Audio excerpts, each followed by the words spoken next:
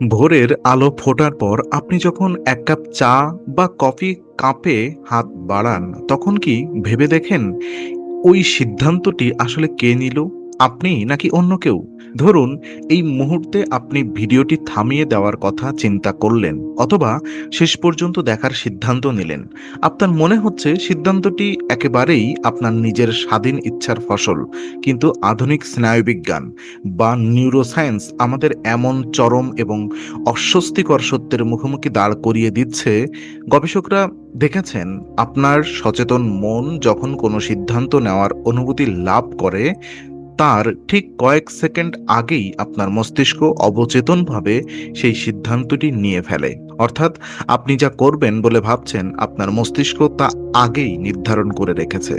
আমরা প্রতিদিন সকালে ঘুম থেকে ওঠা থেকে শুরু করে রাতে ঘুমাতে যাওয়া পর্যন্ত হাজার হাজার সিদ্ধান্ত নেই। পোশাক নির্বাচন করা, কোনো খাবার খাওয়া, চাকরির আবেদন করা, কিংবা কাউকে ভালোবাসার সিদ্ধান্ত, এই সব কিছুই আমরা সচেতনভাবে নিচ্ছি বলে আমাদের দৃঢ় বিশ্বাস। একে আমরা বলি ফ্রি উইল বা স্বাধীন ইচ্ছা। মানুষ হিসেবে আমাদের অস্তিত্ব, আমাদের নৈতিকতা এবং আমাদের বিচার ব্যবস্থার পুরোটাই দাঁড়িয়ে আছে এই একটি মাত্র ধারণার ওপর, যে আমরা আমাদের নিজেদের সিদ্ধান্তর জন্য দায়ী। কিন্তু বিজ্ঞান যদি বলে যে আমাদের এই স্বাধীন ইচ্ছার অনুভূতিটি আসলে মস্তিষ্কের একটি নিখুঁত ইলিউশন বা বিভ্রম, তবে বিষয়টি কেমন দাঁড়ায়?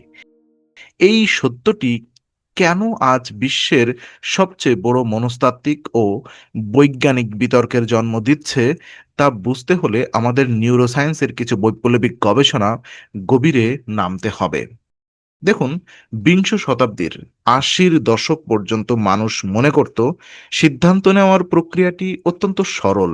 প্রথমে আমরা কোনো কিছু করার চিন্তা করি, মস্তিষ্ক সেই চিন্তা প্রক্রিয়াজাত করে এবং তারপর আমাদের শরীর সেই অনুযায়ী কাজ করে। কিন্তু ১৯৮৩ সালে আমেরিকান নিউরোসার্জন বেঞ্জামিন লিবেট একটি গবেষণার মাধ্যমে পুরো বিজ্ঞান বিশ্বকে নাড়িয়ে দেন। লিবেট কিছু মানুষের মস্তিষ্কে ইলেকট্রো এনসেলাফোগ্রাম বা ইইজি সেন্সর যুক্ত করেন, যা মস্তিষ্কের বৈদ্যুতিক তরঙ্গ মেপে দেখতে পারে। পরীক্ষাধীন মানুষদের বলা হয়েছিল তারা যখনই ইচ্ছা করবে তখনই তাদের আঙুল নাড়াতে পারবে। তাদের শুধু একটাই কাজ ছিল, তারা ঠিক যে মুহূর্তে আঙুল নাড়ানোর সিদ্ধান্ত নিচ্ছে, ঘড়ির কাঁটার দিকে তাকিয়ে সেই সঠিক মুহূর্তটি মনে রাখা। লিবেট দেখতে চেয়েছিলেন মানুষ যখন সিদ্ধান্ত নেয় ঠিক সেই মুহূর্তে মস্তিষ্কে কি ঘটে। ফলাফল যা এলো তা তাৎক্ষণিক বা তৎকালীন বিজ্ঞানীদের স্তব্ধ করে দেওয়ার জন্য যথেষ্ট ছিল। গবেষণায় দেখা গেল মানুষটি সচেতনভাবে আঙুল নাড়ানোর সিদ্ধান্ত নেওয়ার ঠিক ৫০০ মিলিসেকেন্ড আগেই তার মস্তিষ্কে এক ধরনের বিশেষ বৈদ্যুতিক তরঙ্গ তৈরি হচ্ছে। নিউরোসায়েন্সে একে বলা হয় রেডিনেস পটেনশিয়াল বা প্রস্তুতকালীন সম্ভাবনা। অর্থাৎ আপনার সচেতন মন সিদ্ধান্ত নেওয়ার প্রায় অর্ধ সেকেন্ড আগেই আপনার মস্তিষ্কের নিউরনগুলো সেই কাজের জন্য পুরোপুরি প্রস্তুত হয়ে যাচ্ছে। সহজ কথায়, আপনি জানার আগেই আপনার মস্তিষ্ক জেনে যাচ্ছে আপনি কি করতে যাচ্ছেন। লিবেটের এই পরীক্ষা তৎকালীন সময়ে ব্যাপক বিতর্কের জন্ম দিয়েছিল। অনেকেই বলেছিলেন যন্ত্রের ত্রুটি বা মাত্র ৫০০ মিলিসেকেন্ডের সময়সীমা হয়তো কোনো সুনির্দিষ্ট প্রমাণ হতে পারে না। কিন্তু সময় গড়ালে প্রযুক্তির উন্নতি ঘটে এবং বিজ্ঞানীদের সন্দেহ দূর করতে আরও উন্নত গবেষণা সামনে আসে। ২০০৮ সালে জার্মানির ম্যাক্স প্লাঙ্ক ইনস্টিটিউটের প্রখ্যাত স্নায়ুবিজ্ঞানী জন ডিলান হেইনেস আরও এক ধাপ এগিয়ে যান। তিনি ব্যবহার করেন আধুনিক এফএমআরআই স্ক্যানার, যা মস্তিষ্কের রক্ত প্রবাহ পর্যবেক্ষণ করে মস্তিষ্কের সুনির্দিষ্ট অংশের সক্রিয়তা পরিমাপ করতে পারে। হেইনসের পরীক্ষায় অংশগ্রহণকারী দুটি বোতাম দেওয়া হয়েছিল। তারা যে কোনো একটি হাত দিয়ে যে কোনো বোতাম চাপতে পারে।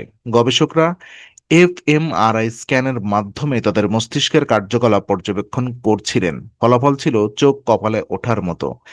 হেইনসের এবং তার দল দেখলেন একজন মানুষ বোতাম চাপার সিদ্ধান্ত সচেতনভাবে নেওয়ার ৭ থেকে ১০ সেকেন্ড আগেই তার মস্তিষ্কের ফ্রন্টাল ও প্যারাইটাল কর্টেক্স অঞ্চলের নিউরোনাল প্যাটার্ন দেখে বলে দেওয়া সম্ভব সে ডান হাতের বোতাম চাপবে নাকি বাম হাতের।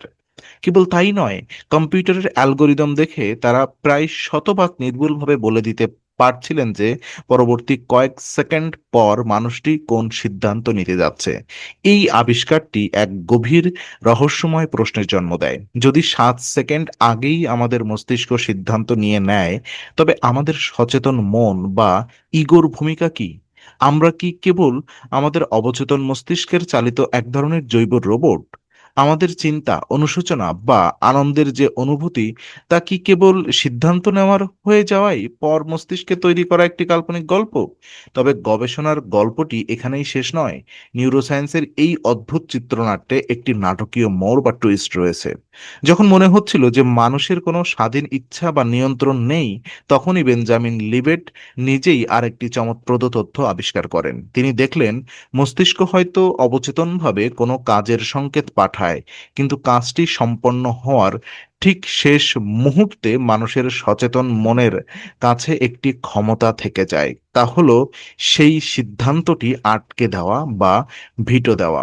লিবেটের নাম দিয়েছিলেন ফ্রি ওয়ন্ট বা বাধা দেওয়ার ক্ষমতা। অর্থাৎ আপনার অবচেতন মস্তিষ্ক হয়তো আপনাকে হুট করে একটি রাগ প্রকাশ করার বা ক্ষতিকর খাবার খাওয়ার সিদ্ধান্ত দিয়ে দিতে পারে, কিন্তু আপনার সচেতন মন সেই অবচেতন সংকেতটিকে কার্যকর করা থেকে আটকে দিতে পারে। এর অর্থ হলো সিদ্ধান্ত তৈরি করার ক্ষমতা পুরোপুরি আমাদের হাতে না থাকলেও কোন সিদ্ধান্তটি আমরা বাস্তবে রূপ দেব তা নির্বাচন করার কিছুটা ক্ষমতা এখনো আমাদের কাছেই রয়ে গেছে।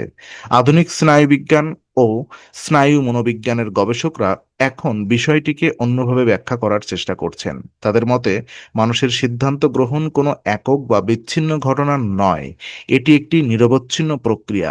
আমাদের অবচেতন মন হলো একটি বিশাল আকার ডেটাবেজ। শৈশব থেকে শুরু করে আজকের দিন পর্যন্ত আমাদের সমস্ত অভিজ্ঞতা, শেখা তথ্য, মানসিক আঘাত এবং সংস্কার জমা হয়ে আছে এই অবচেতন অংশে।